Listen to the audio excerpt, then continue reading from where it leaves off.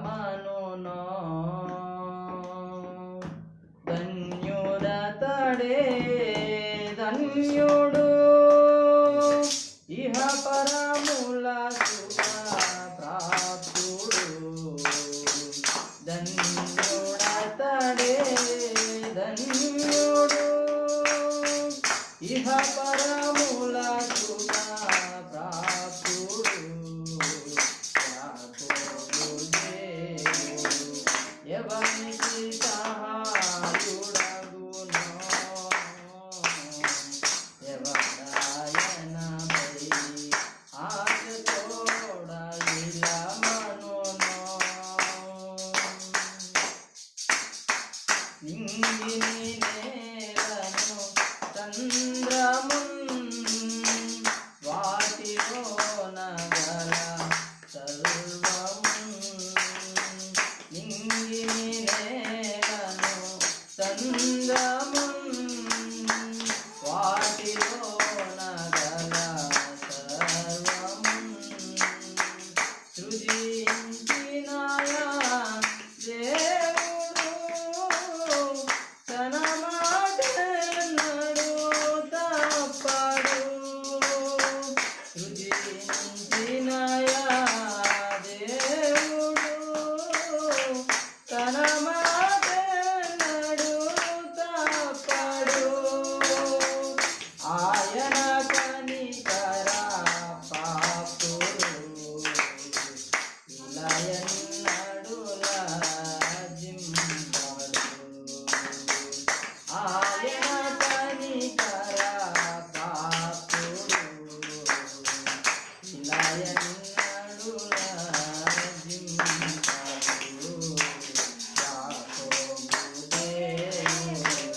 ఎవరికి సహాయుడగునో ఎవరాయనపై ఆశ తోడ ఇలా మనునో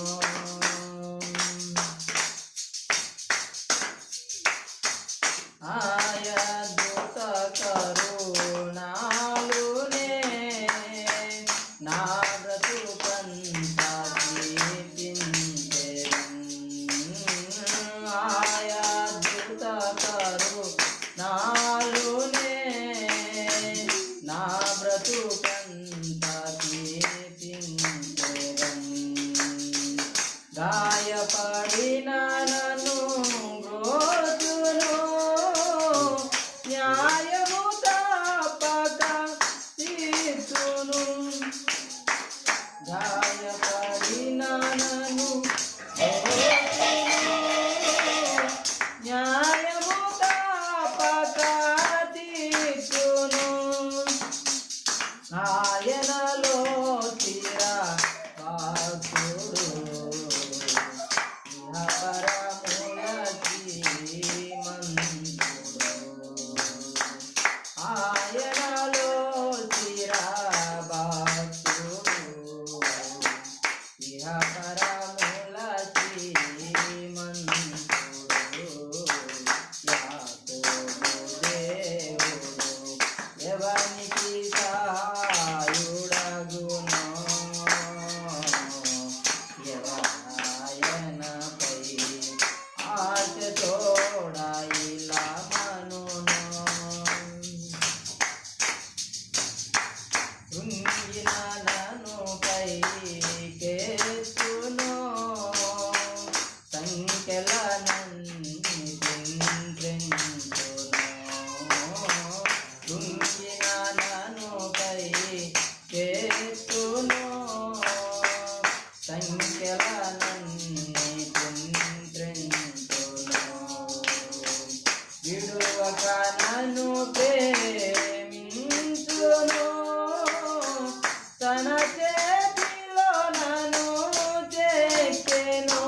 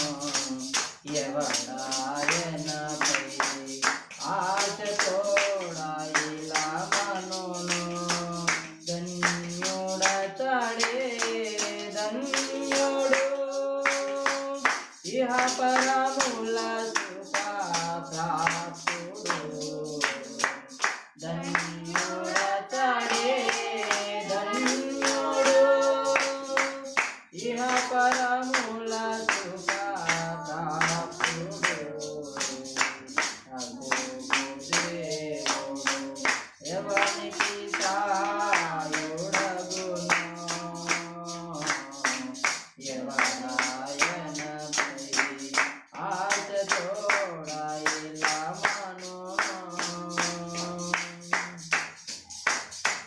దేవునికి స్తోత్రం హల్లెలూయా హల్లెలూయా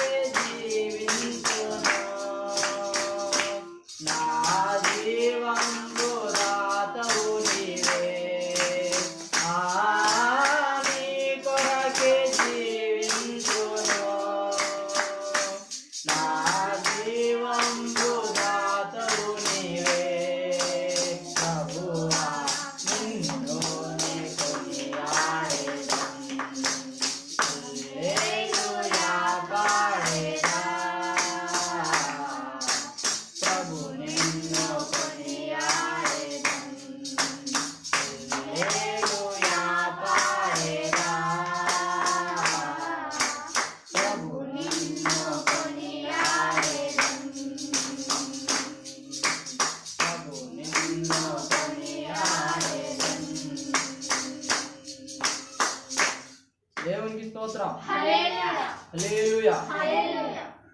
చిన్న మాట మన వాక్యాన్ని చదువుకొని ప్రియ దేవుని బిడ్డలారా కొద్ది సమయం వాక్య ధ్యానం చేసుకొని తర్వాత మనం ప్రార్థనలో కొనసాగుతాం. 65వ కీర్తన, కీర్తనల గ్రంథము 65వ కీర్తన 2వ వచనాన్ని చదువుదాం. ప్రార్థన ఆలకించువాడా సర్వ శరీరుల యొద్దకు వచ్చెదరు. దేవునికి స్తోత్రం. దేవుడు ఈ చిన్న మాటను మనందరి వినికిడిలో దీవించి ఆశీర్వదించి మనతో మాట్లాడినట్లుగా అందరం కలిసి ప్రార్థన చేసుకుందాం. అందరు కళ్ళు మూసుకున్నట్లయితే ప్రార్థన చేద్దాం. స్తోత్రములు దేవా, పరిశుద్ధుడా, ప్రేమ కలిగిన మా యేసయ్యా, నీకు వందనాలు, స్తోత్రములు చెల్లిస్తున్నామయ్యా. మా ప్రభువా, మమ్మలను ప్రేమించి తండ్రి నీ పాద సన్నిధికి ఉపవాస ప్రార్థన కూడికి నడిపించినందుకు నీకు స్తోత్రాలు చెల్లిస్తున్నాం నాయన. ఇదిగో మా దేవా, ఇంతవరకు పాటల ద్వారా నిన్ను గణపరచుటకు, నిన్ను మహిమపరచుటకు, నిన్ను స్తుతించుటకు, దేవా నిన్ను ఆరాధించుటకు మీరు ఇచ్చిన కృప కొరకు నీకు వందనాలు చెల్లిస్తున్నాం నాయన. ఇదిగో మా ప్రభువా, ఈ సమయంలో మా తండ్రి మరి నీ మాట వినాలని ఆశతో నీ పిల్లలుగా నీ దాసునిగా అయ్యా నాయన పరిశుద్ధ లేఖనంలో నుండి ఒక వచనాన్ని చదివాం దేవా. చదవబడిన లేఖనాన్ని ప్రభువా నీ చేతులకు అప్పగిస్తున్నాం. నీవు తండ్రి నాయన ఆనాడు నీ శిష్యులకు ప్రభువా మరి నాయన అయ్యా ఒక రొట్టెను విరిచి ఎలాగైతే పంచిపెట్టావో, నీ శరీరమును ఎలాగ పంచిపెట్టావో మా ప్రభు అలాగన ఈ వాక్యమును విరిచి మా అందరికీ పంచిపెట్టమని ప్రార్థన చేస్తున్నాము తండ్రి. నీకు స్తోత్రాలు. ఇదిగో మా ప్రభువా, ఎందుకు ఈ లేఖనాన్ని నీ దాసునైన నన్ను చదవమని నీవు ప్రకటించావో చెప్పావో నాకు తెలియదు, కానీ నీ దాసునిగా నీ మాటకు విధేయత చూసి ఈ లేఖనాన్ని చదవగా చదవబడిన వాక్యమును బట్టి ప్రభువా నేను స్తుతిస్తున్నాం. ఈ వాక్యం ద్వారా ఇక్కడ చేరి ఉన్న నీ పిల్లలందరితో నాతో మీరు మాట్లాడమని అడుగుతున్నాము తండ్రి. నీకు స్తోత్రాలు. మా దేవా, ఈ ఉపవాస దినమున ఉపవాస ప్రార్థనలో తండ్రి మాకు ఏది అవసరమో, ఏ మాట నాయన మమ్మలను బలపరుస్తుందో, ఏ మాట తండ్రి నాయన మమ్మలను ప్రార్థన కొరకు పులుకొల్పుతుందో ఆ నీ మాటను మా ఎదుకు పంపించి మమ్మలను బలపరిచి ప్రార్థన కొరకు అయ్యా సిద్ధపరిచి ముందుకు నడిపించమని ఇదిగో తండ్రి నాయన నీ యొక్క తండ్రి నాయన గాయపడిన హస్తముతో నీ దాసునైన నన్ను ముట్టి నీ శిలువ రక్తము చేత నన్ను కడిగి శుద్ధి చేసి పవిత్రపరిచి నీ పరిశుద్ధమైన మాట పలకడానికి నాకు యోగ్యతను దయచేసి మీరు మహిమను పొందమని యేసు నామమున ప్రార్థించి వేడుచున్నాము తండ్రి. ఆమేన్. దేవునికి స్తోత్రం. హల్లెలూయా. ప్రభునందు నాకు అత్యంత ప్రియులారా, చదవబడినటువంటి లేఖన భాగమును శ్రద్ధతో మనం చూద్దాం. ఒకసారి మళ్ళీ మరలా నేను చదువుతున్నాను, అందరూ శ్రద్ధతో చూడండి, ఆలకించండి. ప్రార్థన ఆలకించువాడా సర్వ శరీరులు నీ యొద్దకు వచ్చెదరు. ప్రభునందు ప్రియమైన దేవుని బిడ్డలారా, చదవబడినటువంటి లేఖన భాగము ఈ కీర్తన దావీదు భక్తుడు రాసినటువంటి కీర్తన. దావీదు భక్తుడు మనందరికీ చాలా సుపరిచితమే. దావీదు గారు మనందరికీ బాగా తెలుసు. ఏది మన ఊర్లో ఉన్న దావీదు గారు కాదు. బైబిల్లో పరిశుద్ధ లేఖనాలలో దేవుని హృదయానుసారుడని సాక్ష్యం పొందినటువంటి భక్తుడు దావీదు భక్తుడు. దావీదు భక్తుని జీవితం మనందరికీ తెలుసు. పరిశుద్ధంగా దేవుని కొరకు రోషం కలిగి బ్రతికి దేవుని కొరకు రోషము కలిగి గొప్ప కార్యాలు చేసినటువంటి రాజు దావీదు భక్తుడు. తన జీవితంలో ఒక పొరపాటు పనిచేసి తర్వాత మళ్ళా పశ్చాత్తాపపడి పరిశుద్ధాత్మ యొక్క సహాయమును పొందుకొని క్షమాపణను పొందుకొని మరలా తన భక్తి జీవితపు యాత్రను ప్రారంభించిన వాడు భక్తుడు. దేవునికి స్తోత్రం కదా. దావీదు భక్తుడు చెప్తున్న మాట ఏంటంటే, ప్రార్థన ఆలకించువాడా సర్వ శరీరులు నీ యొద్దకు వచ్చెదరు అని. ప్రార్థన ఆలకించువాడా అని ఎవరిని పిలుస్తున్నాడు దావీదు భక్తుడు? దేవుణ్ణి గురించి చెప్తున్నాడు. దేవుణ్ణి అంటున్నాడు, దేవునితో మాట్లాడు. ప్రార్థన ఆలకించువాడా, దేవుడు ఎవరు? ప్రార్థన ఆలకించేవాడు. దేవుడు ప్రార్థన ఆలకించేవాడు. ఆయనకి నీలాగా నాలాగా చెవులు ఉన్నాయి. మనం ఎలాగ వినగలమో అలాగే దేవుడు కూడా వినగలడు. చాలామంది అంటారు, దేవుని నువ్వు చూసావా, ఆయనకి చెవులు ఉన్నాయని, ఆయన మాట్లాడతాడని చెప్తున్నారు అని. చూడవలసినటువంటి అవసరం ఏం లేదు. దేవుణ్ణి విశ్వసించాలి. దేవుడు అంటేనే విశ్వాసమునకు ఆధారం. దేవునికి స్తోత్రం కలుగుతుంది. మనం విశ్వసించిన దాన్ని బట్టి దేవుడు మనతో మాట్లాడతాడు. మనం విశ్వసించిన దాన్ని బట్టి దేవుడు మనకి కనబడతాడు. దేవుడు కనబడతాడు. ఇంకో విషయం ఏంటంటే, చదవబడినటువంటి ఈ లేఖన భాగము మనం చూస్తే బైబిల్లో ఇంకా ఆదికాండంలో కూడా మనం చూడొచ్చు. ఆదికాండంలో దేవుడు మాట్లాడతాడు, మన స్వరూపమున మన పోలిక చొప్పున నరులను చేయుదము రండి అనే మాట. అంటే దేవుడు నీలాగా నాలాగా ఉన్నవాడు. నీలాగా నాలాగా ఎందుకు చెప్పుకుంటున్నాం అంటే, ఆయనే చెప్పాడు, మన స్వరూపమున నరుని సృజించెదము. దేవుడు తన స్వరూపమందు నరుని సృజించెను అనే మాట ఆదికాండం 1వ అధ్యాయం 27వ వచనంలో మనం చూస్తాం. 26వ వచనంలో ఏమంటున్నాడు? దేవుడు మన స్వరూపమందు మన పోలిక చొప్పున నరులను చేయుదము. దేవునికి స్తోత్రం కలుగును. మనం ఎవరి పోలికలో చేయబడ్డాం అంటే దేవుని పోలికలో చేయబడ్డాం. దేవుడు ఎలా ఉంటాడంటే నన్ను చూడు. దేవుడు ఎలా ఉంటాడంటే నిన్ను చూసుకో. అలాగే ఉంటాడు. మనం ఎలాగ వినగలుగుతున్నాం అలాగే దేవుడు కూడా వినగలుగుతాడు. ప్రార్థన ఆలకించువాడా అంటే దేవుడు ప్రార్థనను ఆలకిస్తాడు. దేవుడు ప్రార్థన ఆలకించేవాడు. ఇప్పుడు మనం ఎందుకు ఈ మాట మనం చదువుకోవాల్సి వచ్చింది? అసలు దీని మీద మనం ఎందుకు మనసు పెట్టాలి అంటే, దేవుని బిడ్డలారా జాగ్రత్తగా ఆలకించండి. ప్రార్థన ఆలకించేవాడు దేవుడైతే, ఆలకించేటువంటి దేవునికి మనం ప్రార్థన ఎలా చేయాలి అనేది ఈరోజు కాన్సెప్ట్. ఈరోజు అంశం ఏంటి? ప్రార్థన ఆలకించేవాడు దేవుడైతే మరి ప్రార్థన మనం ఎలాగా చేయాలి? ఆలకించే దేవునికి మనం ప్రార్థన ఎలా చేయాలి అనేది మనం ఆలోచన చేయాలి. ఎందుకు ప్రార్థన ఎలా చేయాలో మనం ఎందుకు తెలుసుకోవాలి అంటే, రోమాపత్రిక 8వ అధ్యాయంలో పౌలు భక్తుడు చెప్పాడు. రోమాపత్రిక 8వ అధ్యాయము 26వ వచనం అనుకుంటాను, చదవండి ఒకసారి. 26వ వచనం చదవండి. రోమా 8:26. అటువలే ఆత్మయు మన బలహీనతను చూచి సహాయము చేయుచున్నాడు. ఏలయనగా మనము యుక్తముగా ఎలాగూ ప్రార్థన చేయవలనో మనకు తెలియదు. మనకేం తెలియదు? ప్రార్థన ఎలాగా చేయడమో తెలియదు. యుక్తమైన ప్రార్థన, దేవుడు ఆలకించే విధంగా ప్రార్థన ఎలా చేయడమో మనకి తెలియదు. దేవుడు అంగీకరించే విధంగా ప్రార్థన ఎలా చేయడమో మనకి తెలియదు. ఆ మాట నేను చెప్తున్న మాట కాదు, బైబిలే చెప్తుంది. ఓ మనిషిగా, ఓ విశ్వాసిగా అపోస్తలుడైనటువంటి పౌలు భక్తుడు రోమా సంఘానికి రాస్తూ చెప్పాడు ఆ మాట. యుక్తముగా ప్రార్థన ఎలాగ చేయడం మనకి తెలియదు. ఎలాగ చేయాలో మనకు తెలియదు. ప్రార్థన ఆలకించేవాడు దేవుడు. ప్రార్థన ఆయన ఆలకిస్తాడు కానీ మనం ఎలా ప్రార్థన చేయడమో మనకి తెలియదు. మరి ప్రార్థన ఎలా చేయడమో మనకు తెలియకపోతే మరి ప్రార్థన చేయడం మనకు ఎలా సాధ్యమవుతుంది? ఆలకించే విధంగా మనం ప్రార్థన ఎలా చేయగలం అంటే, బైబిల్లో కొంతమంది భక్తులు ప్రార్థన చేశారు.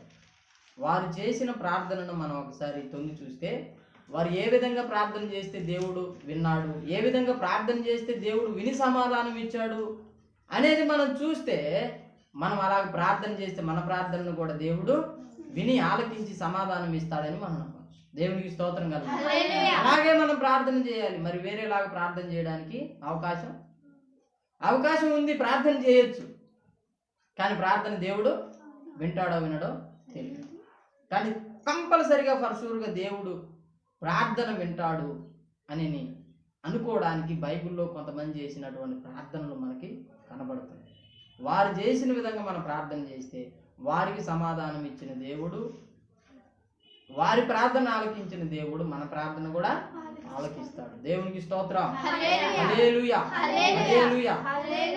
ప్రభునందు ప్రియ దేవుని బిడ్డలారా, నెహెమ్యా గ్రంథము 1వ అధ్యాయం మనం చూస్తే నెహెమ్యా ప్రార్థన చేసినట్లుగా మనం అక్కడ చూస్తాం. 6వ వచనం మనం చదివితే అక్కడ నెహెమ్యా ప్రార్థన ఏమని చేశాడో మనకు తెలుస్తుంది. చూడండి ఒకసారి. నెహెమ్యా గ్రంథం 1వ అధ్యాయము 6వ వచనం. ఎజ్రా, నెహెమ్యా అని 2 పక్క పక్కనే ఉంటాయి పుస్తకాలు. నెహెమ్యా 1:6. నీ చెవి యొగ్గి నీ నేత్రములు తెరచి నీ సన్నిధిని దివారాత్రము నీ దాసులైన ఇశ్రాయేలుల పక్షముగా నేను చేయు ప్రార్థన అంగీకరించుము. నీకు విరోధముగా పాపము చేసిన ఇశ్రాయేలు కుమారుల దోషమును నేను ఒప్పుకొనుచున్నాను. నేనును నా తండ్రి ఇంటి వారును పాపము చేసి ఉన్నాము. దేవునికి స్తోత్రం కలుగును. ప్రార్థన ఎలాగ చేశాడు ఇక్కడ అంటే, ప్రియ దేవుని బిడ్డలారా, నెహెమ్యా ఏమని ప్రార్థన చేశాడంటే నీకు విరోధముగా పాపము చేసిన ఇశ్రాయేలు కుమారుల దోషమును నేను ఒప్పుకొనుచున్నాను. ఇక్కడ మనం ఒకటి నేర్చుకోవాలి. ప్రార్థన చేసేటప్పుడు మనం ఒకటి నేర్చుకోవాలి. ఇక్కడ నెహెమ్యా చేసిన ప్రార్థన ద్వారా ప్రార్థన చేసేటప్పుడు మనము మన పాపములను ఒప్పుకుంటూ ప్రార్థన చేయాలి. మొట్టమొదటి రాసి పెట్టుకోండి. మొదటిది ఏంటి? మన పాపములను ఒప్పుకుంటూ మన ప్రార్థన చేయాలి.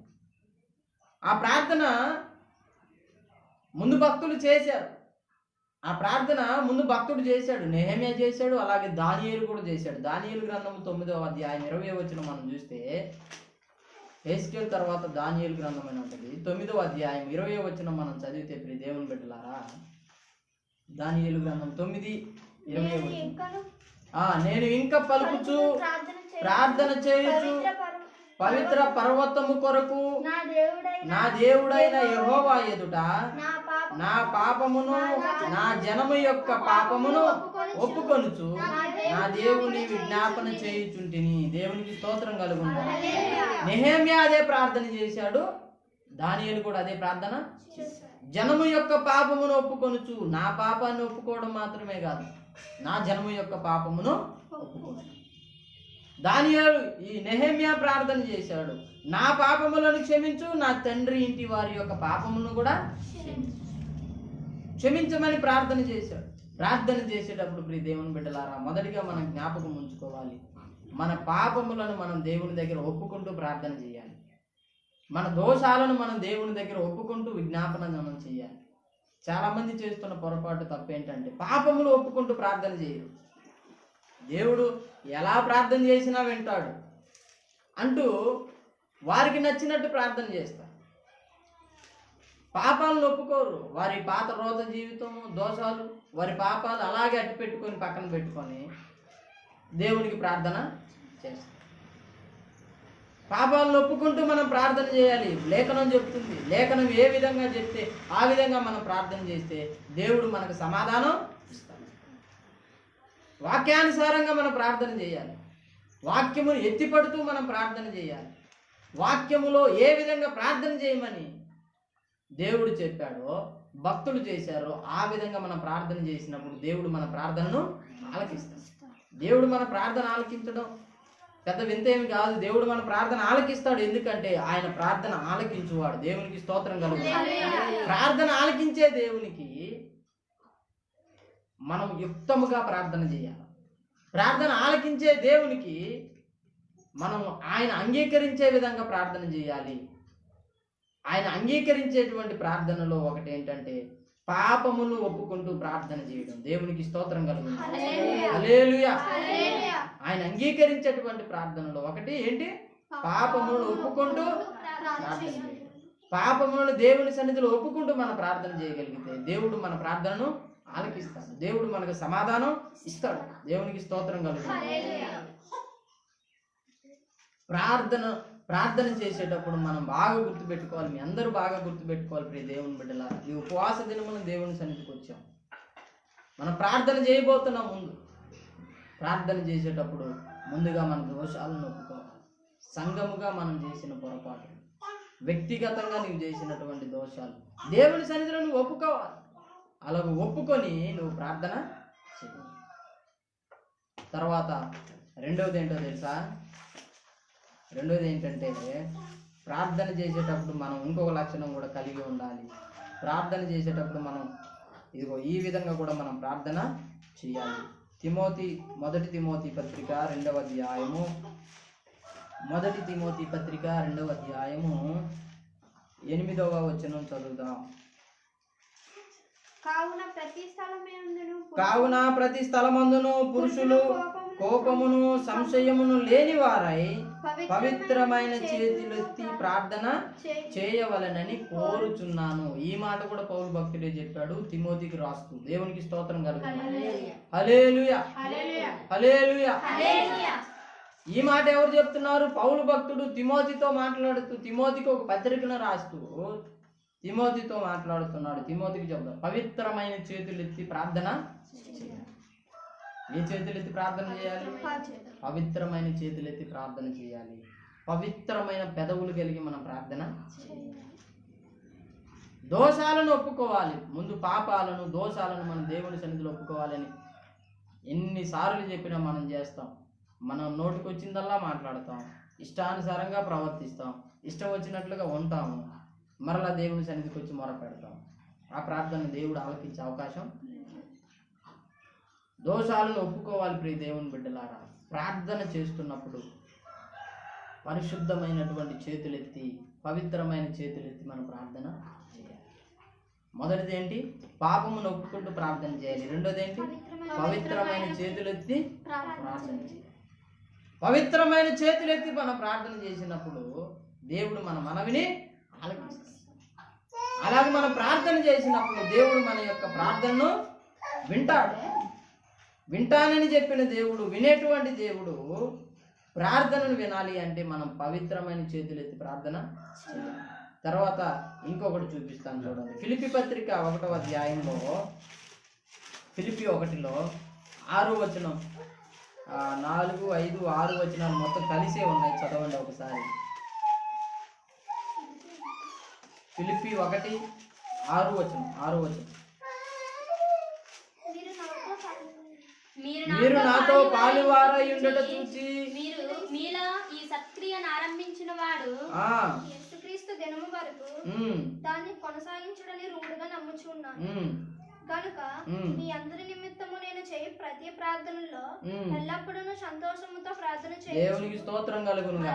ఎల్లప్పుడూ అన్నాడు. మీ అందరి నిమిత్తం ప్రార్థన చేయనప్పుడు అన్నాడా లేదా? అక్కడ మీ నిమిత్తము నేను ప్రతి ప్రార్థనలో అన్నాడు. మీ అందరి నిమిత్తము నేను చేయు ప్రార్థనలో ఎల్లప్పుడూ సంతోషముతో ప్రార్థన చేసి. దేవునికి స్తోత్రం కలుగును. హల్లెలూయా. ప్రార్థన చేసేవాడికి ఆనందం, సంతోషం ఉండాలి లోపల. ఆ ప్రార్థన నాన్ స్టాప్గా దేవుని దగ్గరికి వెళ్తుంది. దేవునికి స్తోత్రం కలుగును. ఎక్కడ ఆగదన్నమాట. సంతోషం లేకుండా చేస్తారు కొంతమంది. ప్రార్థన చేయమంటే ఇక చూసుకో, ఈయనకి నేనే కనపడ్డానా, నన్నే ప్రార్థన చేయమంటాడా. సంఘాలలో ప్రార్థన చేయమంటే చాలామంది విశ్వాసుల యొక్క లోపల ఆలోచనలు ఏంటంటే, నన్నే ఎందుకు ప్రార్థన చేయమంటాడు ప్రతిసారి. చాలామంది ఉన్నారు కదా ప్రార్థన చేయమంటారు. అబ్బబ్బబ్బబ్బా, నా పేరు చెప్పాడు రా బాబు, నేను ప్రార్థన చేయాలంటే సంతోషం ఉండదు. ప్రార్థన చేయండి అంటే లోపల సంతోషం, లోపలంతా రకరకాల ఆలోచనలు పెట్టుకొని ప్రార్థన చేస్తాం. ప్రార్థన చేసేవాడికి లోపల సంతోషం ఉండాలి. ప్రార్థన చేసేవాడు సంతోషంగా ప్రార్థన చేయాలి. ఇతరుల నిమిత్తం విజ్ఞాపన చేస్తున్నప్పుడు, సంఘ క్షేమం కొరకు ప్రార్థన చేస్తున్నప్పుడు లోపల ఏముంది? పౌలుకి సంతోషం ఉంది. పౌలు నీలాగా నాలాగా ప్రార్థన చేయాలి. అందుకే పౌలు భక్తుడు చరిత్రలో నిలిచిపోయాడు. మనం చేసినట్టు చేయలేదు ఆయన ప్రార్థన. ఆయన విశ్వాసుల కొరకు ప్రార్థన చేసినప్పుడు, ఆయన సంఘక్షేమం కొరకు ప్రార్థన చేసినప్పుడు సంతోషించాడు. ఎందుకు సంతోషించాడు? ప్రార్థన చేయడం నా భాగ్యం అని ఎంచుకున్నాడు. దేవునికి స్తోత్రం కలుగును. ప్రార్థన చేయడం నా ధన్యత. నిజంగా మనకు ప్రార్థన చేయడానికి అవకాశం వచ్చిందంటే మనం ధన్యులమని గుర్తుపెట్టుకోవాలి. ప్రార్థన చేయండి అంటే ఏదో ఒక 50 కేజీలు బస్తా ఏదో నెత్తిని పెట్టి బరువు మోయమని చెప్పినట్టు ఫీల్ అయిపోతారు. అది ఒక ధన్యతగా మనం భావించాలి. అది మనం సంతోషంగా భావించాలి. అమ్మ నా పేరు చెప్పాడు పాస్టర్ గారు, ప్రార్థన చేయడానికి నాకు అవకాశం దక్కింది అని ప్రార్థన చేయడానికి అవకాశం దొరికిన వారు సంతోషించాలి. ప్రియ దేవుని బిడ్డల, పౌలు భక్తుడికి మనకున్న తేడా అదే. పౌలు భక్తుడు అంత ఉన్నతంగా సేవ చేయడానికి, పౌలు భక్తుడు అంత ఉన్నతంగా సంఘాలు కట్టడానికి గల కారణం ఏంటంటే, సంఘాల పట్ల, సంఘాల కొరకు ప్రార్థన చేసేటప్పుడు పౌలు భక్తునికి హృదయంలో సంతోషం ఉంది. దేవునికి స్తోత్రం కలుగును. హల్లెలూయా. దేవుని పని ప్రారంభించినప్పుడు నెహెమ్యా చేసిన ప్రార్థన ఏంటి? పాపములు ఒప్పుకుంటూ ప్రార్థన చేశాడు. దేవుని సంఘ క్షేమము కొరకు ప్రార్థన చేసినప్పుడు, దేవుని పిల్లలందరి కొరకు ప్రార్థన చేసినప్పుడు పౌలు హృదయంలో ఏముంది? సంతోషం. సంతోషంతో ప్రార్థన చేశాడు. అదే పౌలు భక్తుడు చెప్పాడు, తిమోతితో మాట్లాడుతూ తిమోతికి చెప్పాడు, పవిత్రమైన చేతులెత్తి ప్రార్థన చేయమన్నాడు. మనం దోషాలను ఒప్పుకున్నప్పుడు నెక్స్ట్ మనకు దొరికేదేంటి? పవిత్రత. దేవునికి స్తోత్రం కలుగును. మనం మొదటి స్టెప్లోనే ఫెయిల్ అయిపోయాం అనుకోండి, రెండో స్టెప్లోనికి మనం రాలేదు. మనం ప్రారంభ దశలోనే ఫెయిల్ అయిపోతాం. ప్రార్థనలో ఫెయిల్ అయిపోవడానికి గల కారణం ఏంటంటే, ప్రార్థనలు ఫెయిల్ అయిపోవడానికి కారణం ఏంటంటే, మనం మొదటి స్టెప్ సరిగా వేయం. మొదటి స్టెప్లో మనం ఫెయిల్ అయిపోతాం. ప్రారంభం దేవుని స్తుతించడం బాగానే ఉంటుంది. ప్రారంభంలో దేవానికి స్తోత్రం స్తోత్రం స్తోత్రం అంటూనే ప్రారంభం చేస్తాం, కానీ దేవుని స్తుతిస్తూ ప్రారంభించిన నీవు నీ యొక్క దోషాలను, నీ యొక్క పాపములను, నీ యొక్క అతిక్రమములను పక్కనే పెట్టుకొని ప్రార్థన చేస్తాం. వాటిని విడిచిపెట్టి ప్రార్థన చేయాలి. వాటిని క్షమించమని అడిగి మనం ప్రార్థన చేయాలి. ఇందువలన ప్రార్థన ఆలకించే దేవుడు మన ప్రార్థన ఆలకించకుండా ఉండడానికి అవకాశం ఉంది. ఉందా లేదా? యెషయా గ్రంథంలో ఏమన్నాడు? నేను మీ ప్రార్థనను వినకపోవడానికి కారణం ఏంటన్నాడు? ఏంటి? ఏమన్నాడు? మీ యొక్క దోషములే ప్రార్థన వినకపోవడానికి ఏకైక కారణం మన యొక్క దోషాలు, మన యొక్క పాపాలు అలాగే మనం పెట్టుకొని దేవుని సన్నిధికి వెళ్ళడం, ప్రార్థన చెయ్యడం. దేవుని బిడ్డలారా, మనం ప్రార్థన చేయనప్పుడు పాపాలను ఒప్పుకోవాలి. చూడండి ఒకసారి యెషయా గ్రంథంలో 1వ అధ్యాయం 15వ వచనంలో చెప్తాడు. అక్కడ మీరు మీ చేతులు చాపునప్పుడు మిమ్మల్ని చూడక నా కన్నులు కప్పుకొందును, మీరు బహుగా పాపము ప్రార్థన చేసినను నేను వినను, మీ చేతులు రక్తముతో నిండుకొని ఉన్నది, మిమ్మల్ని కడుగుకొనుడి. దేవునికి స్తోత్రం కలుగునుగా. మీ చేతులు దేనితో నింపబడి? రక్తముతో నిండుకొని ఉన్నవి, మిమ్మును మీరు కడుక్కొనుడి, శుద్ధి చేసుకొనుడి. మనం శుద్ధి చేసేది ఎవరు? యేసు రక్తం. మనం శుద్ధి చేయబడేది ఎక్కడ? ప్రార్థనా గదిలో. దేవునికి స్తోత్రం కలుగును. ప్రార్థనా గదిలో దేవుడు మనల్ని శుద్ధులను చేస్తాడు. ప్రార్థనా గదిలో దేవుడు మనల్ని పరిశుద్ధులుగా మారుస్తాడు. మనకి పరిశుద్ధత మనకు కావాలి అంటే ప్రార్థన గదికి మనం వెళ్ళాలి. ఒక భక్తుడు చెప్పాడు, ప్రార్థన చేసేవాడు పాపము చేయడు, పాపము చేసేవాడు ప్రార్థన. ఎందుకు నువ్వు ప్రార్థన చేయలేకపోతున్నావు అంటే నీలో ఏదో వాక్య వ్యతిరేకమైనది జరుగుతుంది. ఎందుకు నువ్వు ప్రార్థన చేయలేకపోతున్నావు? వాక్య వ్యతిరేకం అంటే వ్యభిచారము, దొంగతనం ఇవే కాదు, మందులుగా ఉండడం కూడా వాక్య వ్యతిరేకమే. మందమతులు, చాలా మంది మందులు, ఇక వెనకుండా ఓరిక పద పద పద పద పద అని చెప్పాలి. సాగిపో సాగిపో సాగిపో అని చెప్తా ఉంటే తప్ప సాగిపో, ప్రార్థన ముందుకి నడవదు. ప్రార్థన చేసుకోమంటే ప్రార్థనకు ఉపక్రమించడం అంత తొందరగా, ప్రార్థన కొరకు ముందుకు రాదు. వ్యక్తిగత ప్రార్థనే. ప్రతిరోజు ఉదయం ప్రార్థన చేసుకోండి అని దైవజనులు చెప్తే వీరు ప్రార్థన చేయరు. ఎందుకు? బద్ధకం. ఉదయం లేవగానే ఒళ్ళంతా ఇరిచేస్తారు, కానీ ప్రార్థన గదిలో కూర్చోరు. ఉదయం లేవగానే ప్రార్థనలో కూర్చోరు, మిగతా పనులన్నీ చేస్తారు. ప్రార్థన కంటే ఏమైపోతుంది లోపల? ప్రార్థన అంటే లోపల ఆటోమేటిక్ ఏమొస్తుంది? సోమరితనం వచ్చేది. ప్రార్థన దేవుని బిడ్డలారా చేసేవాడు ఎప్పటికీ పాపం చేయడు. ప్రార్థన చేసేవాడు పాపం చేయలేడండి. పాపము చేసేవాడు ప్రార్థన చేయలేడు. ప్రార్థన చేసేవాడు పాపం చేయలేడు. రెండు ఉన్నాయి. ప్రార్థన చేయలేనివాడు పాపం ఆటోమేటిక్గా చేస్తాడు. పాపము చేసేవాడు ఆటోమేటిక్ ప్రార్థన మానేస్తాడు. ఈ రెండింటి నుండి నువ్వు విడుదల పొందుకోవాలంటే నువ్వు మొదట చేయాల్సింది, నీ మనసుకు ఒకవేళ గాయాలలో నీకు ఎదురైనటువంటి శ్రమల్లో, నీకు ఎదురైనటువంటి పరిస్థితుల్లో దేవుని సన్నిధికి వెళ్ళాలని నీకు అనిపించినప్పుడు, నువ్వు ప్రార్థనలో కూర్చున్నప్పుడు మొదట నువ్వు చేయాల్సిన పని దోషాలను ఒప్పుకో. ఆటోమేటిక్గా నువ్వు చేసే ప్రార్థన దేవుని సన్నిధికి వెళ్తాయి. దేవునికి స్తోత్రం కలుగుతుంది. హల్లెలూయా. ఆటోమేటిక్గా దేవుడు నీ ప్రార్థన ఆలకిస్తాడు. ఎందుకంటే ఆయనకు ప్రార్థన ఆలకించువాడు అనే పేరుంది. అనేక బిరుదులు కలిగిన వాడు దేవుడు. ఆశ్చర్యకరుడు, ఆలోచనకర్త, ఇవన్నీ ఆయన పేరులే. ఇమ్మానుయేలు, ఇవన్నీ ఆయనకు పేర్లే. అందులో ప్రార్థన ఆలకించువాడు అనేది కూడా ఒక పేరే. దేవునికి స్తోత్రం కలుగుతుంది. ఆయనకున్న టైటిలే, ఆయనకున్న పేరే ప్రార్థన ఆలకించువాడు. దేవుడు అనగా ప్రార్థన ఆలకించువాడు. దేవునికి స్తోత్రం కలుగుతుంది. ఎందుకు రకరకాల దేవుళ్ళు దేవతలను పిలువబడుతున్న వారికి మనము నమ్మినటువంటి రక్షకుడైనటువంటి యేసుక్రీస్తు ప్రభువుకి తేడా ఏంటి? ఎందుకు అని అంటే బైబిల్ చెప్తుంది. అలాగే చాలామంది వాస్తవంగా కొంతమంది ఫెమినిస్టులు, నాస్తికులు కూడా మాట్లాడతారు.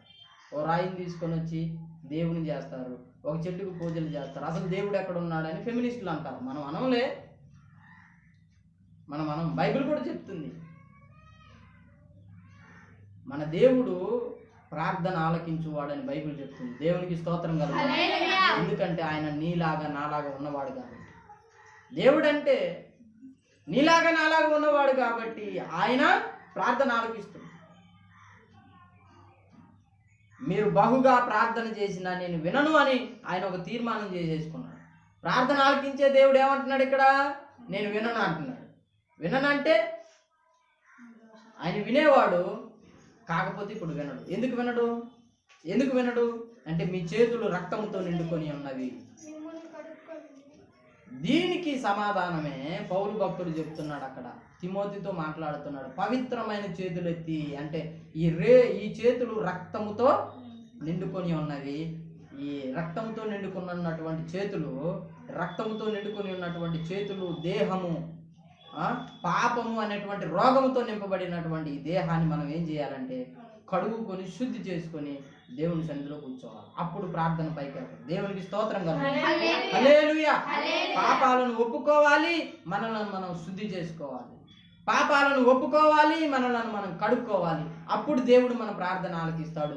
అప్పుడు మన ప్రార్థన డైరెక్ట్గా దేవుని సన్నిధికి చేరుతుంది. అక్కడ నుండి జవాబు అల్టిమేట్గా వచ్చేస్తుంది. దేవునికి స్తోత్రం కలుగుతుంది. ప్రార్థన విన్న దేవుడు సమాధానం ఇవ్వడా? ప్రార్థన వినే దేవుడు ఎందుకుంటున్నాడు? మన మొరలు ఎందుకు ఆయన ఆలకిస్తున్నాడు అంటే మన మొరలు విని, మన ప్రార్థనలు విని ఆయన మనకు సమాధానం ఇవ్వాలని ఆశపడుతుంది. ఇస్తాడు ఆయన. ఎందుకంటే ఈ భూమి ఆకాశము సమస్తమును చేసిన వాడు ఆయన. ఈ సమస్తములో దేవుని పిల్లలకు ఆయన ఆధిక్యతనిచ్చాడు. దేవునికి స్తోత్రం కలుగుతుంది. దేవుడు చేసిన ఈ సృష్టి అంతటిలో ఆధిక్యత ఎవరిది? మానవ జాతిదే. ఇవన్నీ నీ కోసమే అని ఎవరికి చెప్పాడు? జంతువులతో చెప్పాడా? ఎవరికి చెప్పాడు చెప్పండి? ఇవన్నీ ఎవరి కోసం చేశాను అన్నాడు? నీకోసమే. ఈ సృష్టి అంతా నీ కోసమే చేశాడు. దీనంతా నువ్వు అనుభవించు, సంతోషించు అని దేవుడు చెప్పాడు. ఇదంతా మన కోసమే దేవుడు చేశాడు. అంతా చేసిన దేవుడు మన ప్రార్థన ఆలకించడా? ఖచ్చితంగా తప్పకుండా ఆలకిస్తాడు. ఎందుకంటే ఆయన ప్రార్థన ఆలకించేవాడని పేరు. దేవుని బిడ్డలారా, మన యొక్క ప్రార్థన దేవుడు ఆలకించకపోవడానికి ఏకైక కారణము ఇక్కడ చెప్పాడు. చేతులు రక్తంతో నిండుకొని ఉన్నాయి. మన యొక్క ఏమైంది? పాపములు ఆయనకి మనకు అడ్డుగా. మన ప్రార్థన దేవుని సన్నిధికి చేరకపోవడానికి కారణం మన పాపంలో ఒక అడ్డుగోడలా నిలిచిపోయింది.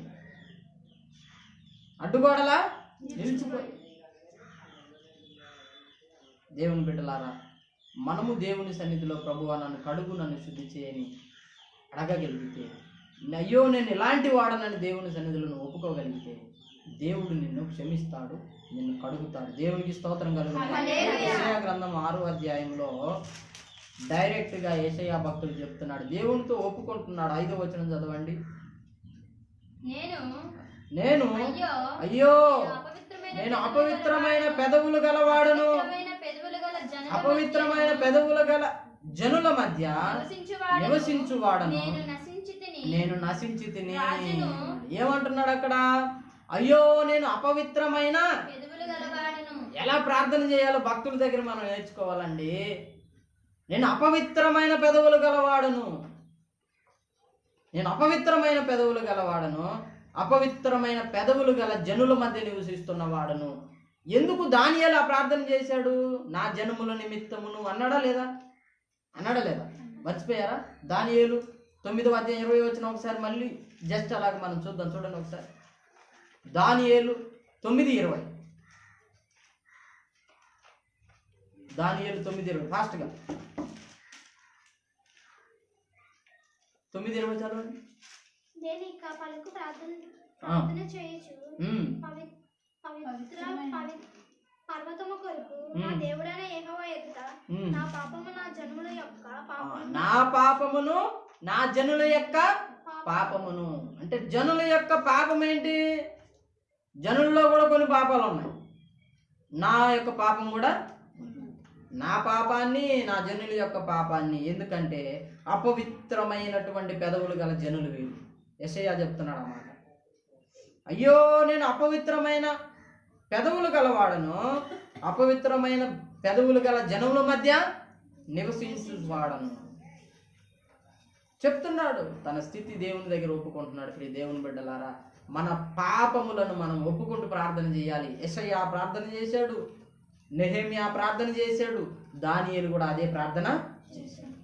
వారిని వారు ఒప్పుకున్నారు, వారి దోషాలను ఒప్పుకున్నారు. దేవుని ముందుకు వెళ్ళినప్పుడు మనం ప్రార్థనా గదికి వెళ్ళడం అంటే దేవుని దగ్గరికి వెళ్ళడం. బాగా గుర్తుపెట్టుకోండి మీరు. నువ్వు మోకరించావు అంటే అక్కడ దేవుడు వచ్చేస్తాడు. దేవుని ముందుకు వెళ్తున్నానని స్పృహతో నువ్వు ప్రార్థనా గదిలో కూర్చోవాలి. ఆయన ముందుకు వెళ్ళిన తర్వాత నువ్వు చేయాల్సింది ఏం చేయాలి? నువ్వు పాపములను ఒప్పుకొని శుద్ధి చేసుకోవాలి, పరిశుద్ధపరుచుకోవాలి. దేవుని చేత కడగబడే విధంగా, దేవుడు నిన్ను కడిగే విధంగా నీ దోషాలను నువ్వు దేవుని సన్నిధిలో అలాగ నువ్వు ప్రార్థన చేస్తే నీ ప్రార్థన దేవుడు వింటాడు. రెండోది ఏమని చెప్పాను?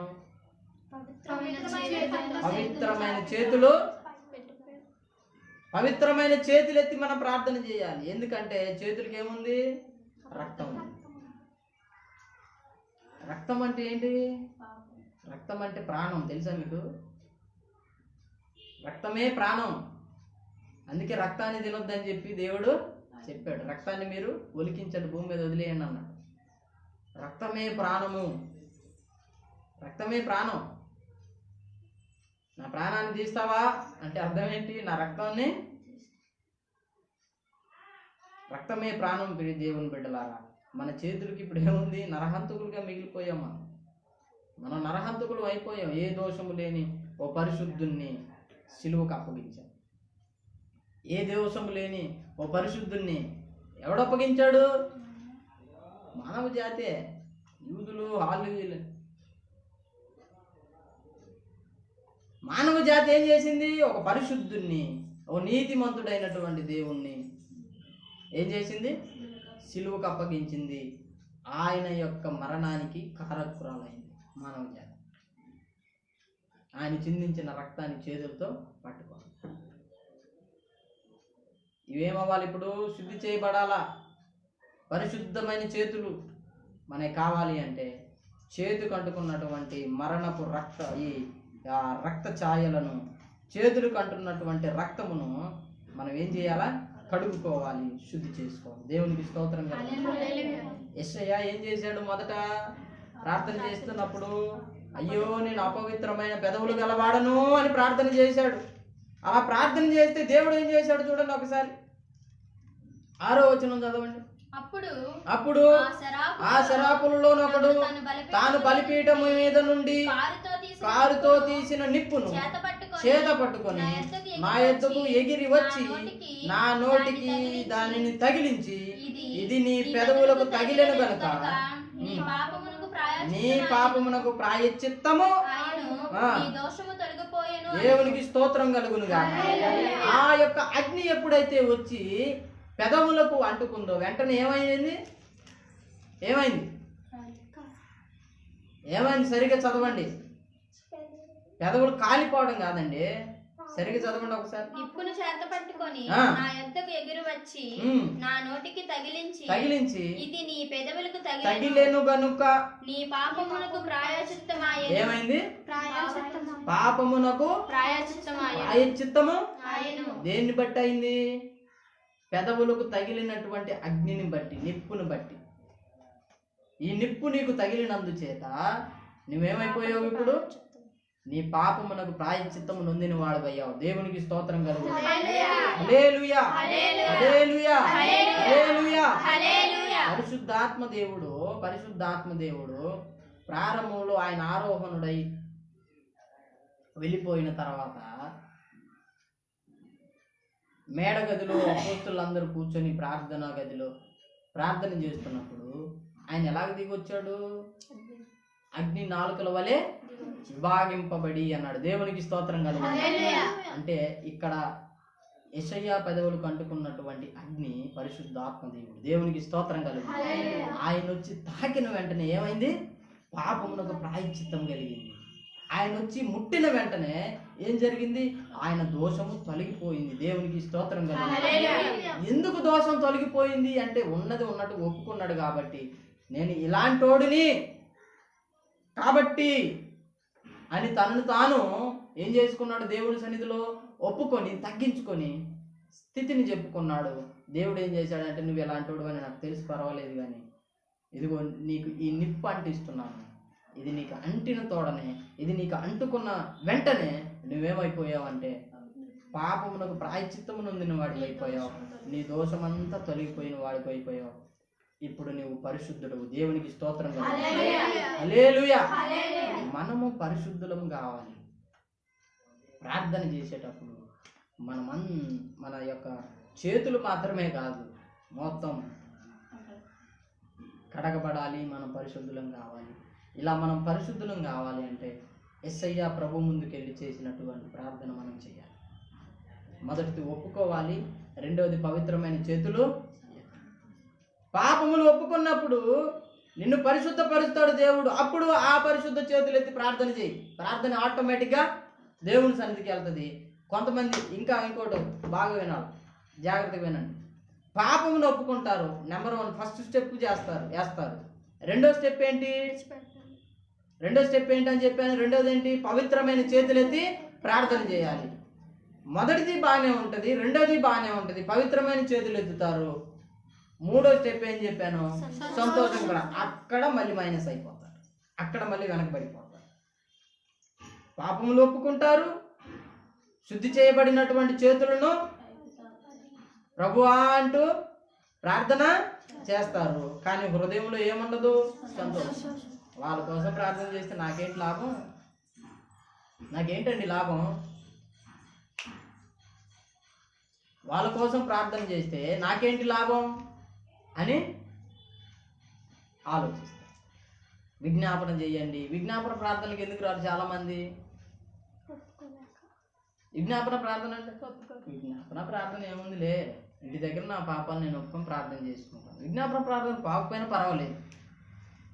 శనివారం విజ్ఞాపన ప్రార్థన, మనం ఆదివారం ప్రభు శరీర రక్తాల్లో చేయక ముందు సంఘమంతటి కొరకు, సంఘక్షేమం కొరకు మనం ప్రార్థన చేద్దాం రండి అని పిలిస్తే దైవజనుడు రారు.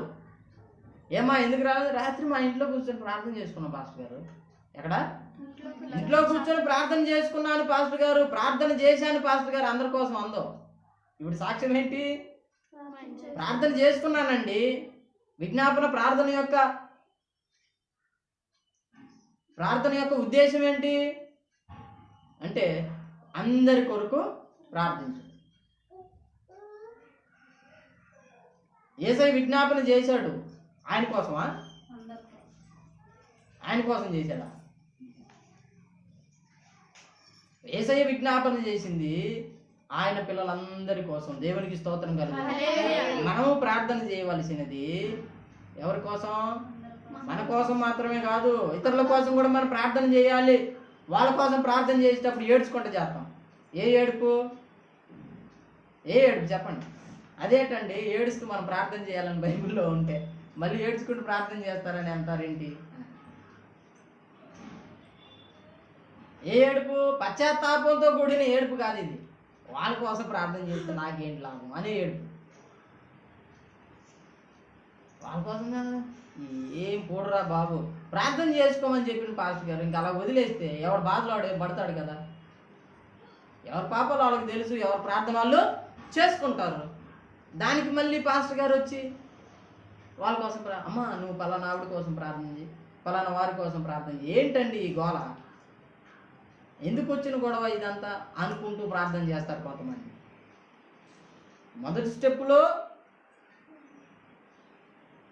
స్టెప్లో విన్నే, మొదటి స్టెప్లో సక్సెస్ అవుతారు, సెకండ్ స్టెప్లో సక్సెస్ అవుతారు, థర్డ్ స్టెప్కి వచ్చేసరికి డైనమాలో పడిపోతారు. దేవుని బిడ్డలారా, మనకి రెండుంటే సరిపో, మూడోది కూడా దోషములు ఒప్పుకున్నావు, పరిశుద్ధపరచబడ్డావు, పరిశుద్ధపరచబడినటువంటి చేతులను ఆకాశం వైపు ఎత్తి ప్రార్థన చేసావు. ఆ చేస్తున్నటువంటి ప్రార్థనలో సంతోషం లేకపోతే ఎలాగా? ఆనందం లేకపోతే ఎలాగా? దేవుడు ఏం చెప్పాడు? ఎల్లప్పుడూ ప్రభునందు ఆనందించండి. దేవునికి స్తోత్రం కలుగుతుంది. ఫిలిప్పీ పత్రిక 4వ అధ్యాయం 4వ వచనం చదవండి స్పీడ్గా, లేట్ చేయదు. ఫిలిప్పీ 4:4 చదవండి.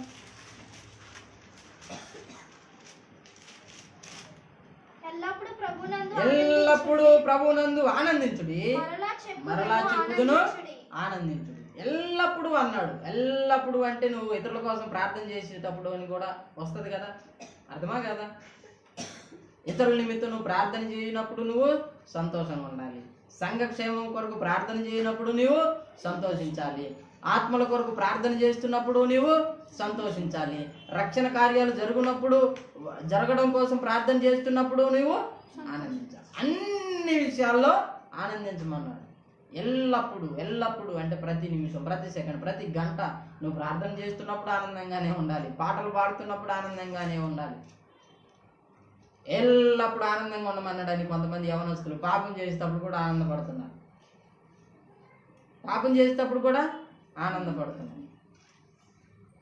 ఎందుకు? ఇదంతా దేవుడు మన కోసం ఇచ్చాడు, అనుభవించమన్నాడు అని లోకాచారాలను, లోకములో ఉన్నటువంటి పద్ధతులను, శరీర కోరికలను తీర్చుకోవడం కొరకు చాలామంది యవనస్తులు పాడైపోతున్నారు. అందులో ఆనందిస్తున్నారు కొంతమంది. ఎవడైనా మాట్లాడితే వాడికి కాస్త వాక్యం తెలుసు కాబట్టి అప్పుడప్పుడు బైబిల్ చదివి ఉంటాడు కాబట్టి, అదేంటి తమ్ముడు, అదేంటి అన్నయ్య, అదేంటి పాస్టర్ గారు, ఎల్లప్పుడూ ఆనందించమని బైబిల్ చెప్పలేదని వెటకారం చేస్తాడు. మళ్ళీ ఏం చేస్తాడు? వెటకారం. బాబు, పాపం చేస్తున్నప్పుడు ఆనందించమని కాదు బైబిల్ చెప్పింది, ఎల్లప్పుడూ ఆనందించమని. ఎవరికి చెప్పింది? పాపం చేసేవాడిగా చెప్పింది. విశ్వాసం కలిగి దేవుని కొరకు బ్రతుకుతున్న వాడితో చెప్పాడు. విశ్వాసంలో నీకు ఎదురవుతున్న శ్రమల్లో, కష్టాలలో నువ్వు ఏడవద్దు, దుఃఖపడద్దు, నువ్వు ఆనందించు అన్నాడు. దేవునికి స్తోత్రం కలుగును గాక. క్రైస్తవునికి చెప్పాడు, క్రీస్తునందున్న విశ్వాసికి చెప్పాడు. కానీ పాపం చేస్తూ విచ్చలవిడిగా లోకంతో సహవాసం చేస్తున్న వాడికి కాదు చెప్పింది ఆనందించమని. వాడు దుఃఖపడాలా, వాడు మారు మనసు పొందాలా, వాడు పశ్చాత్తాప పడాలా, వాడు ఏడవాలి, ప్రభు పాదాలు పట్టుకొని దేవా నేను పాపిని అని నువ్వు ఏడవాలి. అంతేగాని అక్కడ ఆనందించమని కాదు చెప్పింది. నువ్వు ఎక్కడ ఆనందించాలి? ప్రభువులోకి వచ్చిన తర్వాత నీకు ఎదురవుతున్న శ్రమల్లో, నిందల్లో, కష్టాల్లో, అవమానాల్లో, అన్నిటిలో నువ్వు ఆనందించాలి. ఆనందిస్తూ ప్రార్థన చేయాలి. దేవునికి స్తోత్రం కలుగుతుంది. ఎలా చేయాలి మన ప్రార్థన? ఆనందంతో ప్రార్థన చేయాలి. ఎలాగా? ఆనందంతో, సంతోషంతో ప్రార్థన చేయాలి. 1 గంట అయింది ఆ టైం? 1 గంట 2 12 1 గంట అయింది. 1 గంట అయింది. ఇప్పుడేం ఆనందం, ఆకలేస్తుంది. ఇది ఎక్కడ ఉపవాస ప్రార్థన అండి? ఉదయం ప్రారంభించి ఇప్పుడు దాకా అందరితో ప్రార్థన చేయించి మధ్యాహ్నం 12 అయింది, 2 గంటలు అయింది. ఇంకేం ఆనందం? ఇప్పుడు ఆనందంతో ప్రార్థన చేయమంటే ఆకలేస్తుంటే ఏం ఆనందం వచ్చింది? లోపలన్నీ ఎలుకలు పరిగెడతా ఉంటాయి. లోపల పేగులేమో అరుస్తూ ఉంటాయి. పెట్టు అర్జెంటుగా ఆకలేస్తుంది, పెట్టు. దీంట్లో ఏం ఆనందం అంటారా? దేవుని బిడ్డలారా, దేవుని సన్నిధికి వచ్చాం, మనం ఆనందంగా ఉండాలి. మనలో దేవుని ఇంటిలోనికి వచ్చాం, ఆనందంగా ఉండాలి. మనం ప్రతిదానికి కొంతమంది చూడండి, నా వైపు మీకు ఎగ్జామ్ పెట్టిన తర్వాత నా వైపు చూడండి. అందరూ ఎగ్జామ్ ఏమైనా ఉంటే ప్రిపేర్ అయ్యాను, అవునా పర్వాలేదు. ఇంక ఎగ్జామ్ ఏం లేదు, డైరెక్ట్ మన ప్రార్థనే.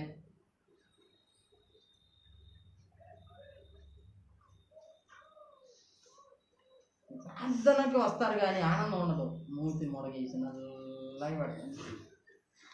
అసలు మామూలుగానే మనం అంత కలర్ఫుల్ కాదు. కొంతమంది ఉంటారు దాన్ని ఇంకా నల్లగా పెట్టి వస్తారు.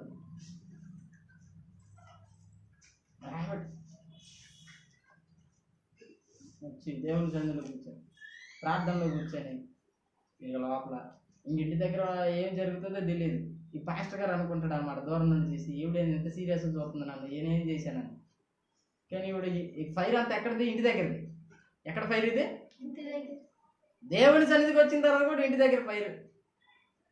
ఇంట్లో ఎవరో ఒకరి మీద అరుస్తారు, చిందులు వేస్తారు, వస్తారు. చర్చికి వచ్చి చర్చిలో పాస్టర్ గారు పాట పాడమని బాగుంది. ఇప్పుడు మన మధ్యలో ఉన్నటువంటి పలానా సహోదరి పాట పాడదు, నేను పాడను. ఎందుకు పాడ మనసు ఏం బాగలేదు.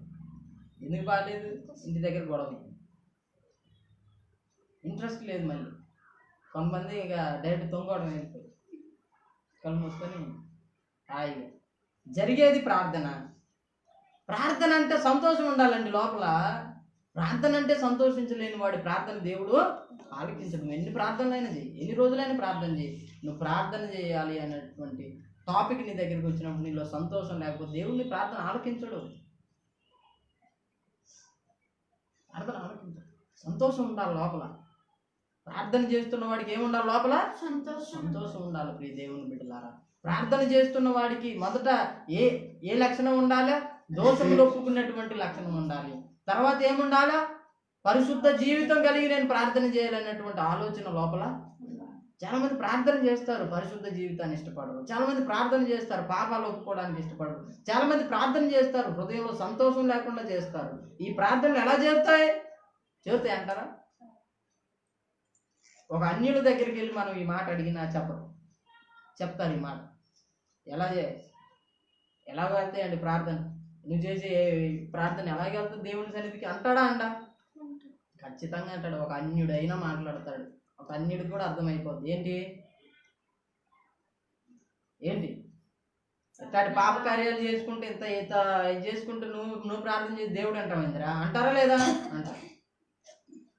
అమ్మో వీడు ప్రార్థన చేస్తాడు కానీ పరిశుద్ధంగా బ్రతకరా. చాలా మంది ఉన్నారు. చాలా మంది విశ్వాసుల యొక్క సాక్ష్యాలు అయ్యే ఊర్లో, గ్రామాల్లో, చర్చిలో అమ్మో గోలు పెట్టి ప్రార్థన చేసిద్ది కానీ బయటకు వచ్చి చూస్తే దీని అవతారం అసలు ఎందుకు వెళ్తున్నారా ఇది చర్చికి అని చెప్పి తిట్టుకునే వాళ్ళు ఉన్నారు ఓల్డ్ మంది. లేరా? మన ముందు మనకు వందనాలండి అంటారు, బయట ఈ అన్య భాషలు మాట్లాడతారు, ప్రార్థన చేస్తారు, కన్నీరు గారుస్తారు.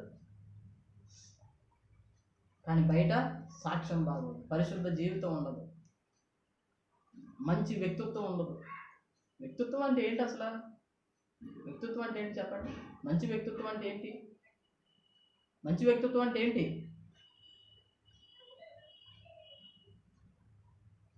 ప్రభు ఏ విధంగా ఈ లోకంలో బ్రతికాడో, ఎటువంటి వ్యక్తిత్వం కలిగి బ్రతికాడో అది మంచి వ్యక్తిత్వం. మనం అలా బ్రతికినప్పుడు మనం మంచి వారం అవుతాం. దేవుని వాక్యానికి లోబడాలి. దేవుని వాక్యానికి లోబడి బ్రతకడమే మంచి వ్యక్తిత్వం కలిగి బ్రతకడం. అసలు కోపం అనేది సహజం, బ్రతుకులో కోపం అనేది సహజం, బ్రతుకులో కష్టాలు అనేవి సహజంగా వస్తాయి రావా? వస్తాయి. మళ్ళీ వెళ్తాయా లేదా? బావా ఇంకా కష్టం వచ్చింది, కోపం వస్తుంది, పోతుంది. కానీ కష్టాలలో కొంతమంది దేవునికి దూరం అవుతారు. కష్టాలలో కొంతమంది అక్రమమైన పనులకు దగ్గర అవుతారు. కష్టాలలోనే చాలా మంది వ్యభిచారులుగా తయారవడానికి కారణం ఏంటి? కష్టాలు ఎదురవుతున్న కష్టాలే. చాలా మంది దొంగలుగా తయారవడానికి కారణం ఏంటి? ఆర్థిక ఇబ్బందులు. ప్రభువు నమ్ముకున్నారు, అబద్ధం ఆడకుండా ఉండలేదు.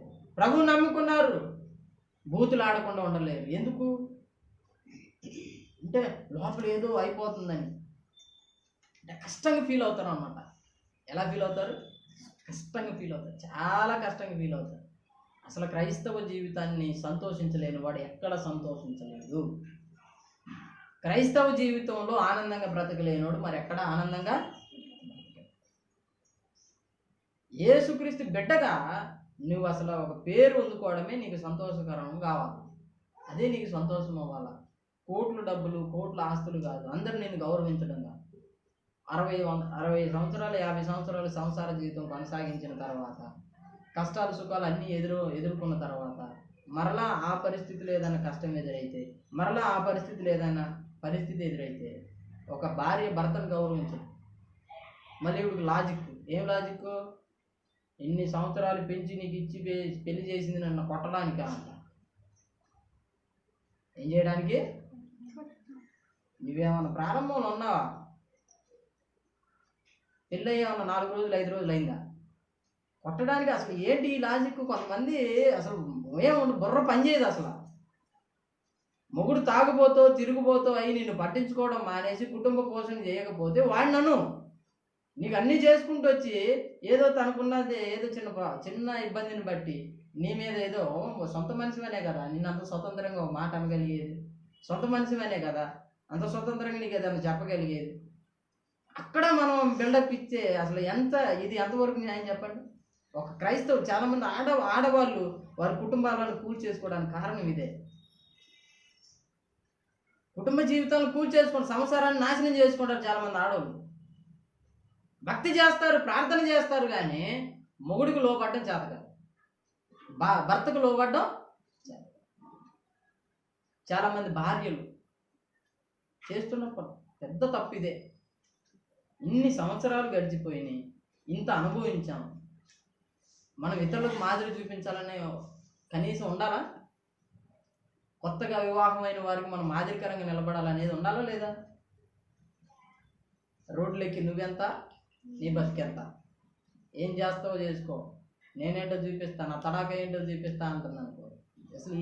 అసలు నిజంగా యేసయ్య యొక్క జీవం పనిచేస్తుంది అంటారు లోపల. యేసయ్య ఎలాంటి వాడు? సాత్వికుడు, దీన మనసు గలవాడు. ఆయన వ్యక్తిత్వం నీకు రాకపోతే నువ్వు అసలు ఏం క్రైస్తవురాలివి, నువ్వు అసలు ఏం క్రైస్తవుడివి? ఇలాంటి నీవు ప్రార్థన చేయగానే దేవుడు వినాలి. ప్రార్థన ఎందుకు ఆలకించట్లేదు? ఎందుకు ఆలకించడు? చాలామంది చెప్తారు బయటికి, అనుకుంటారా లేదా? చాలామంది ఉన్నారండి, ఇంత కష్టాల్లో మాకెందుకు దేవుడు సహాయం చేయట్లేదు అంటే నీ నోరు బాగలేదు, నీ బుద్ధి బాగలేదు, నీ వ్యక్తిత్వం బాగలేదు. ఎలా ఏంటండి నీ ప్రార్థన దేవుడు ఎలా సమాధానం దొరుకుతుంది?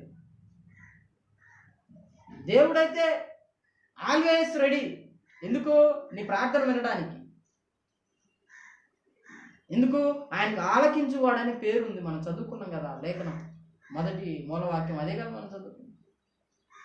ఆయన ఆలకిస్తాడు, కానీ నువ్వు బాగలేదు. ప్రాబ్లం ఎక్కడ ఉంది?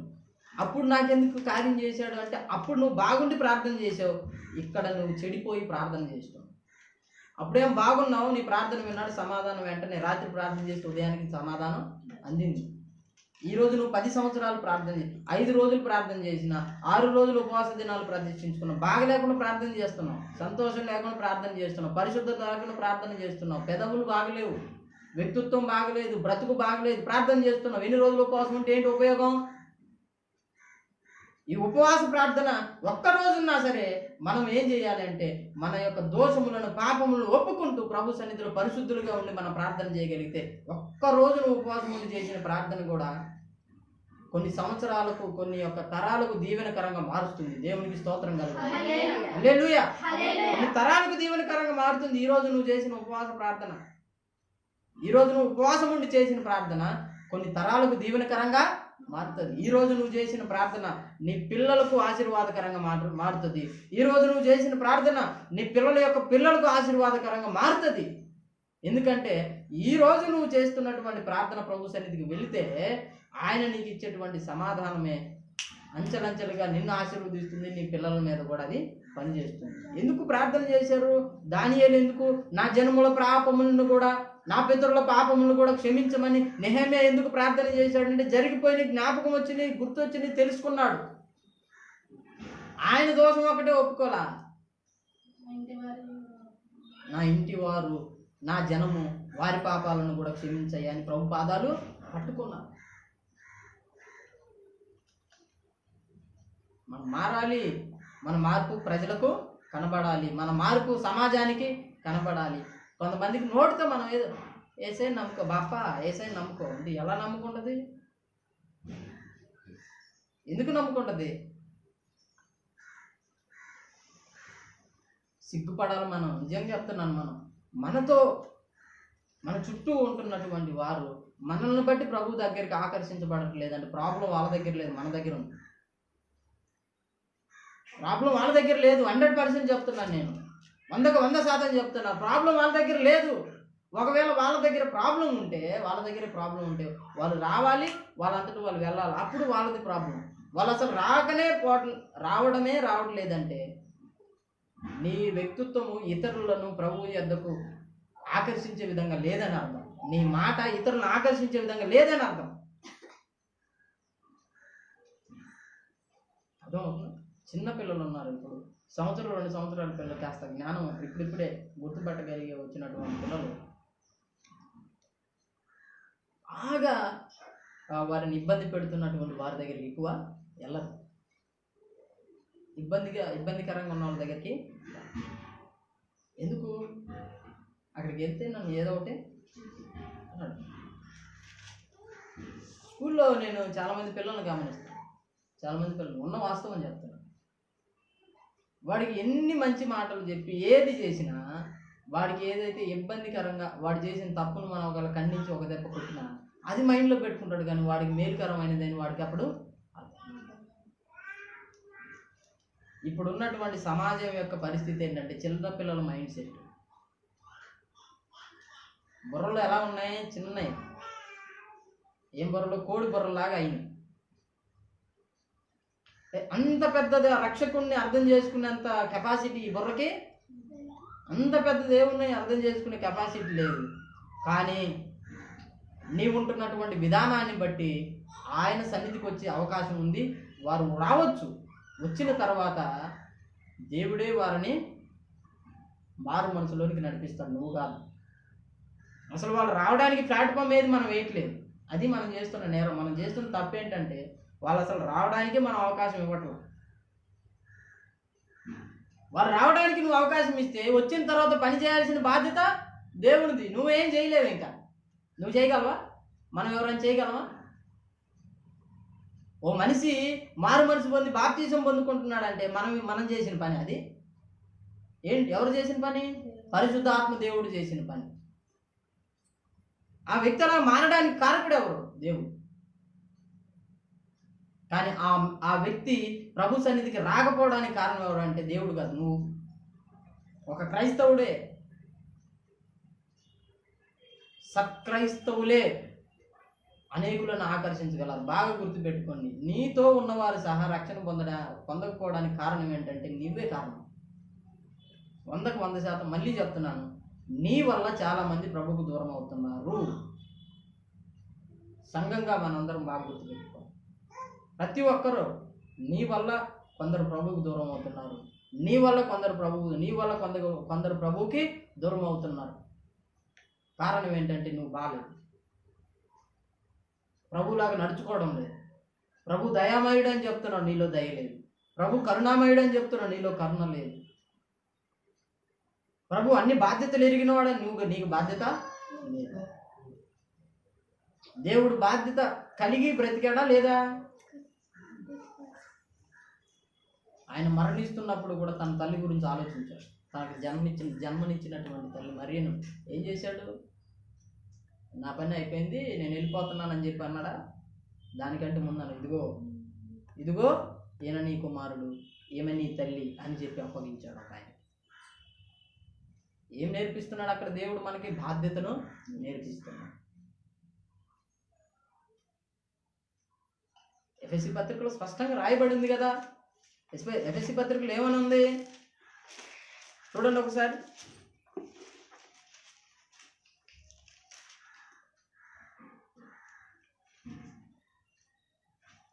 24 చదవండి.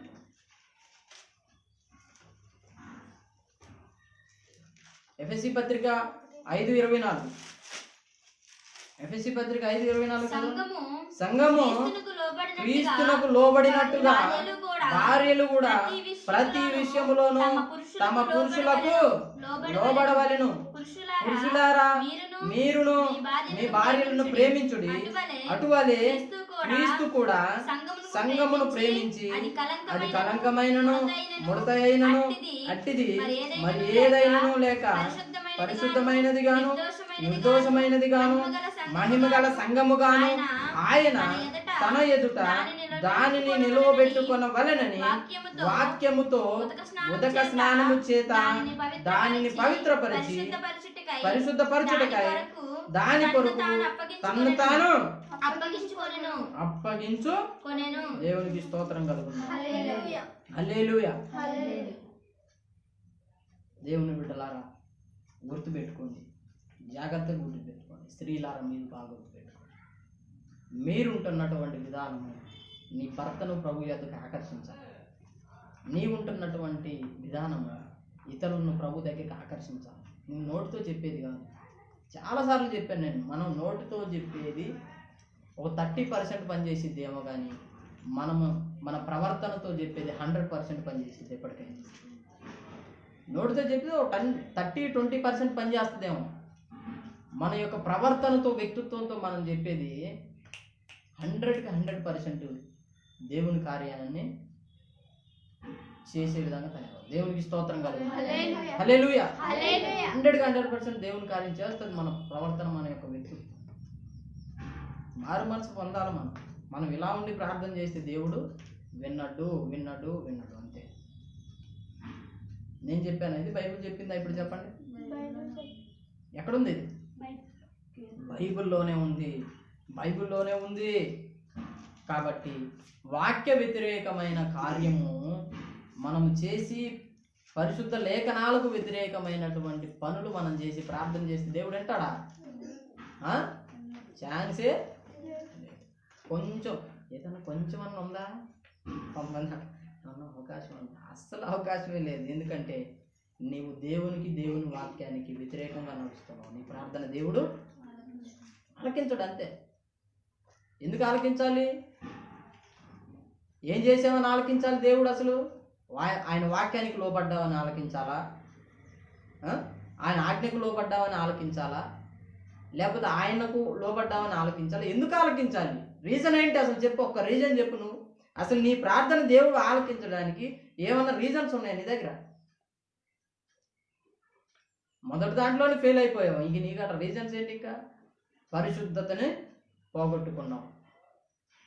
పాపములను ఒప్పుకునే లక్షణం నీలో లేదు.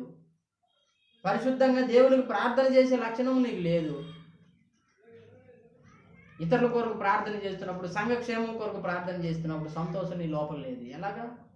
How is it possible? ఎందుకు వింటాడు దేవుడు అసలు మన ప్రార్థన? ఎప్పుడు వింటాడని చెప్పాడు? ఎప్పుడు వింటాడని మన చరిత్రలో చూసాం. నెహెమ్యా చేసిన ప్రార్థన దేవుడు దానియేలు చేసిన ప్రార్థన దేవుడు ఆలకించాడు. యెషయా చేసిన ప్రార్థన దేవుడు ఆలకించాడు. కారణం ఏంటి? పాపాలను ఒప్పుకొని ప్రార్థన చేశారు, పరిశుద్ధులుగా తీర్చబడ్డారు. ప్రభు చేత పరిశుద్ధులుగా ఎంచబడ్డారు. వాళ్ళు ఎలా ఎంచబడ్డారు? పాపాలను ఒప్పుకోవడం వలన ఎంచబడ్డారు. పాపాలను ఒప్పుకున్నందుచేత దేవుడు వారిని ముట్టాడు. దేవుడు వారికి పరిశుద్ధతనిచ్చాడు. ఆ పరిశుద్ధమైన చేతులెత్తి వారు సంతోషంగా ప్రభు కార్యముల కోసం ప్రార్థన చేశారు. దేవునికి స్తోత్రం కలుగుతుంది. ఆనందంగా ప్రార్థన చేశారు, సంతోషంగా ప్రార్థన చేశారు. వాళ్ళు ఏడుస్తూ ప్రార్థన చేయాల. ఎందుకు వచ్చిన బాబు, నన్నేదో పరిశుద్ధపరిచిన నాకేదో చెప్పాల్సిన సంగతి లేదు, నాకు చెప్పొచ్చు కదా. మళ్ళీ తీసుకెళ్ళి వాళ్ళకి చెప్పమంటావు ఎందుకు? వాళ్ళ నుండి నిన్ను బాధలు పడ్డం ఎందుకు? ఎందుకు వచ్చిన గోలని యెషయా అనుకోలా. యెషయా మాట్లాడినప్పుడు చాలా మంది యెషయాని నిందించారు. ఇర్మియా మాట్లాడినప్పుడు ఇర్మియాని కూడా నిందించారు. దేవుడు చెప్పమన్న సందేశాన్ని చెప్పినప్పుడు దైవజనులకు, ప్రవక్తలకు ఎన్నో ఇబ్బందులు ఎదురైనాయి, అయినా వాళ్ళు కేర్ చేయాల. ఇదే యెహోవా వాక్యాన్ని చెప్పడానికి గర్వించారు, సంతోషించారు. దేవునికి స్తోత్రం కలుగును. దేవుని మాట చెప్పడానికి, దేవుని పిల్లల కొరకు ప్రార్థించడానికి నీ వెనుకడుగు వేయదు. సంతోషం లోపల రావాలి. పౌలు సంతోషపడ్డాడంట. ఫిలిప్పీ పత్రిక 1లో మనం చదివాం లేదా? మీ నిమిత్తం ప్రార్థన చేయడం నాకు సంతోషం, సంతోషంగా ప్రార్థించానన్నాడు. చూడండి, ఆ ఒక్క మాట మనం చదువుకొని మనం ముగించేసుకుందాం. 6 వచనం 1-6. మీరు నాతో పాలివారై ఉండట చూచి మీలో సత్క్రియను ఆరంభించిన వాడు యేసుక్రీస్తు దినము వరకు దానిని రూఢిగా నమ్ముచున్నాను గనుక మీ అందరి నిమిత్తము నేను చేయు ప్రతి ప్రార్థనలో ఎల్లప్పుడూ సంతోషంతో ప్రార్థన చేయుచు అన్నాడు. దేవునికి స్తోత్రం కలుగును. ఫిలిప్పీ 4:4 ఏం చెప్పాడు? ఎల్లప్పుడూ ప్రభునందు ఆనందించుడి. ఈయన కూడా ఎల్లప్పుడూ ప్రార్థన చేస్తున్న ప్రతిసారి ఏం చేశాడు? ప్రార్థనలో సంతోషించాడు. ఎల్లప్పుడూ సంతోషంతో ప్రార్థన చేశాడు. దేవుని బిడ్డలారా, మనం ఈరోజు బాగా గుర్తుపెట్టుకున్నాం. మొదటిది, మనం ఏం ఒప్పుకుంటూ ప్రార్థన చేయాలా? పాపంలో. రెండోది ఏంటి? పవిత్రమైన చేతులెత్తి ప్రార్థన చేయాలి. మూడోది, సంతోషంతో ప్రార్థన చేయాలి. రాసుకోండి ఇవన్నీ. మొదటిది పాపంలో ఒప్పుకుంటూ మనం ప్రార్థన చేయాలి. రెండోది, పరిశుద్ధమైన చేతులెత్తి, పవిత్రమైన చేతులెత్తి మనం ప్రార్థన చేయాలి. మూడోది, సంతోషంతో మనం ప్రార్థన చేయాలి. ఇప్పటి వరకు ఒకవేళ మనకి ఈ లక్షణాలు లేకపోతే ఇకనైనా ప్రభు పాదాలు పట్టుకొని అడిగి పొందుకొని ప్రభు యొక్క సన్నిధిలో మనం ఈరోజు ప్రార్థన చేద్దాం. ఈ ఉపవాస దినమున మనం ప్రజలందరి కొరకు, సంఘక్షేమం కొరకు, నూతనమైన ఆత్మల కొరకు మనం ప్రార్థన చేద్దాం. ప్రభు మనందరి ప్రార్థన ఆలకించి మనకు సమాధానం దయచేయును గాక. ఆమేన్. అందరూ కళ్ళు మూసుకుందాం. ప్రియ దేవుని బిడ్డలారా, అందరూ కళ్ళు మూసుకొని